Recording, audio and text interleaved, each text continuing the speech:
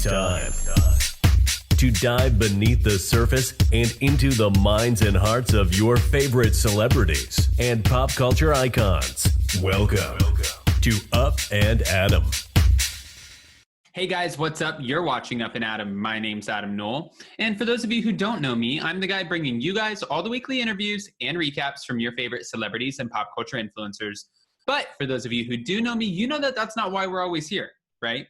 Guys, if you haven't already, go ahead, hit that like button, subscribe to my channel, and hit that notification bell because you don't want to miss anything we have coming up. And with that being said, let's jump right in.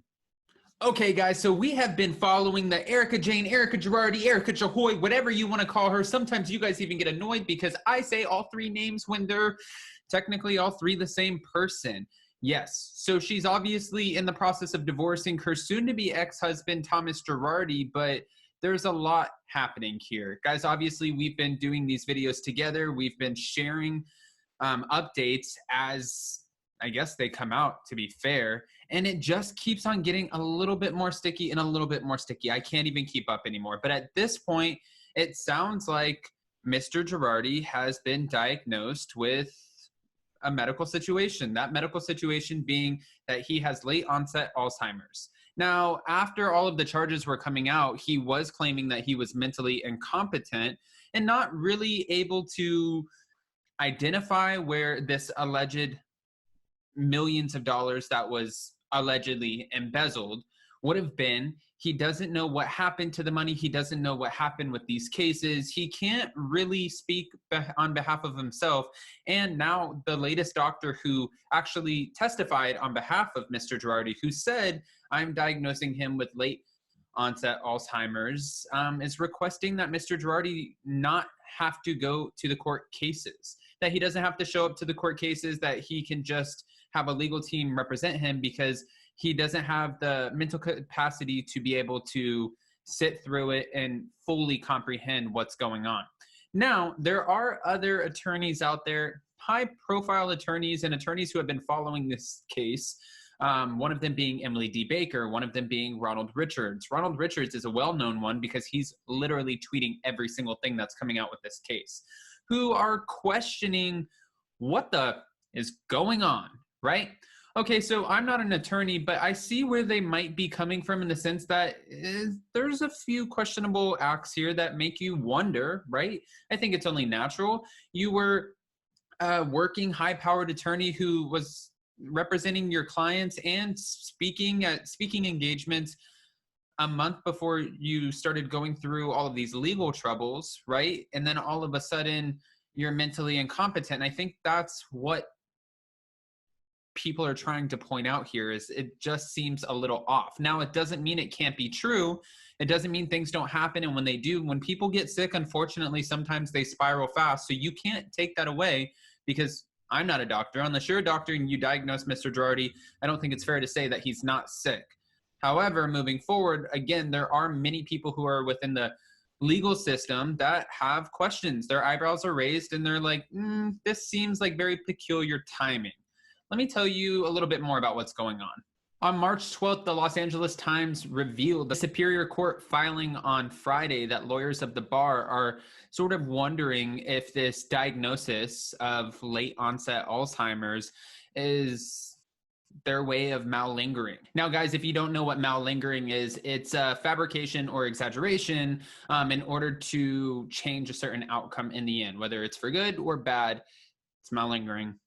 Now, lawyers of the bar are also going after Mr. Girardi's bar license because they're saying that he unlawfully misappropriated funds and refused to obey court order. Oof. Okay, guys, so again, that's what's going on with the lawyers of the bar and the court system who are now adding up all of these different variables that are going into this case. Again, the being mentally incapacitated, right? The short-term memory loss. Now his brother, Robert, Mr. Girardi's younger brother, has taken over conservatorship of Mr. Girardi. He is now about to go on Monday, well, tomorrow, to apparently fight for full long-term conservatorship.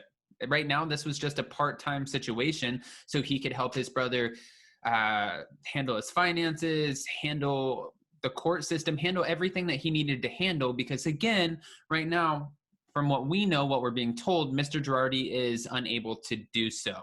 Now, add that in with the fact that he, again, was at these speaking engagements with a panel, and he was answering them, engaging with the panel. He not only went to one, but he went to two. And then right after they were appointed, well, Mr. Girardi's estate was appointed two trustees, there was a burglary on their Pasadena mansion.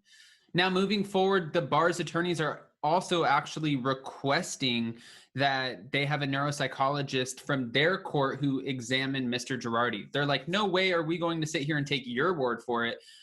We want someone to cross-examine you. Now, again, as I spoke of Ronald Richards earlier, this man is on it. Ronald Richards actually came out with the paperwork just showing some of the testing that they did for Mr. Girardi was non-invasive, and now they're talking about potentially putting Mr. Girardi in a home, which the lawyers are saying would maybe help his case or lean in the favor of his case, because someone who is actually mentally incompetent and is suffering from short-term memory loss, dementia, late onset Alzheimer's, who can't take care of themselves, can't just live their cozy life in their mansion, right?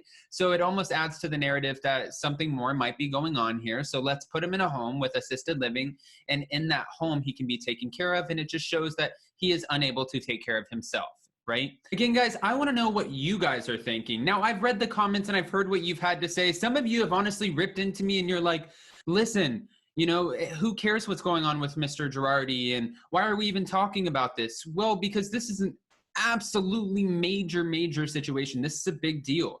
Of course, we're usually here to cover Bravo and talk about Bravo celebrities like Erika Girardi, but this is her soon-to-be ex-husband. We also want to know what's going on with Erika Girardi and what was her role, if she did have a role in any of this. Now, they did say, well, the bar lawyers said that the charges against Mr. Girardi are imminent, meaning that they are coming soon. And I think all of us as fans, super fans, or people who are even following the case, I think that we are curious as to what those charges are going to be. Mind you, this isn't just a small case. There were a lot of people here who were truly hurt, people who trusted Girardi and Keese, trusted Mr. Girardi to represent them, and tragedies that either they went through or their families did, whether it was burn victims or victims who suffered earthquakes or victims who had families die in plane crashes or boat crashes or car crashes. It was tragedy. It was tragedy, pure tragedy, and millions of dollars have disappeared. And the big question is, where is the money? So until we find that out, I think everybody's eyebrows are going to be up, and we're all going to be asking the same questions. And mind you, again, when it comes to Erika Girardi, I know I sound like I'm beating a dead horse here, but Erika Girardi, a lot of people don't want to see her on this upcoming season. Even though she already filmed it, people are sort of upset. They're like, hey, sure, let her come on, maybe tell her side of the story, finish off, and that way we have a little bit of closure, but we don't want to watch her anymore, especially because when the expensive to be me singer has this whole character persona built off of the glam, the glitz, and the money that comes from tragedy, yeah, that puts a different taste in your mouth. However, I want to know what you think.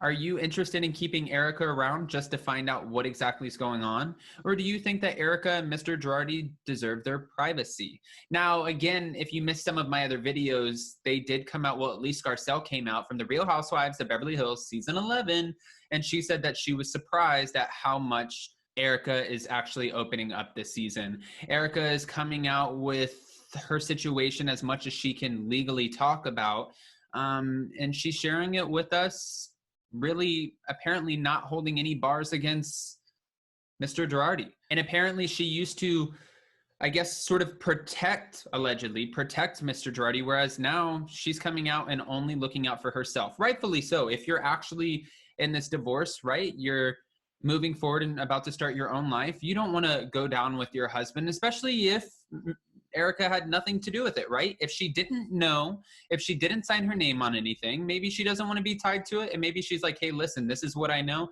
My hands are wiped clean. Sorry, I love you. I didn't know this was going on, but I'm not going to go down with you. But on the other side, I know a lot of you guys are going to think that I'm naive for even saying that. Again, this is why I want to know what you think. Are you guys excited for the Real Housewives of Beverly Hills season 11? Because it's going to come in hot. I did a poll on my community tab, and you guys said out of the 4 storylines that I asked you about, Garcelle and seeing who's trying to feud with her, Lisa Rinna stirring the pot, Kyle Richards and Kathy Hilton sort of sisterhood ship, whatever that is or whatever that means, and then also Erika Girardi's legal cases, well, at least her husband's.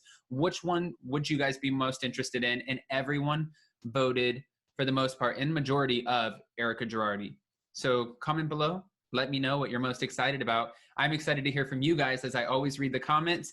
And hit that like button. Subscribe to my channel and smash that notification bell. That way you don't miss anything we have coming up.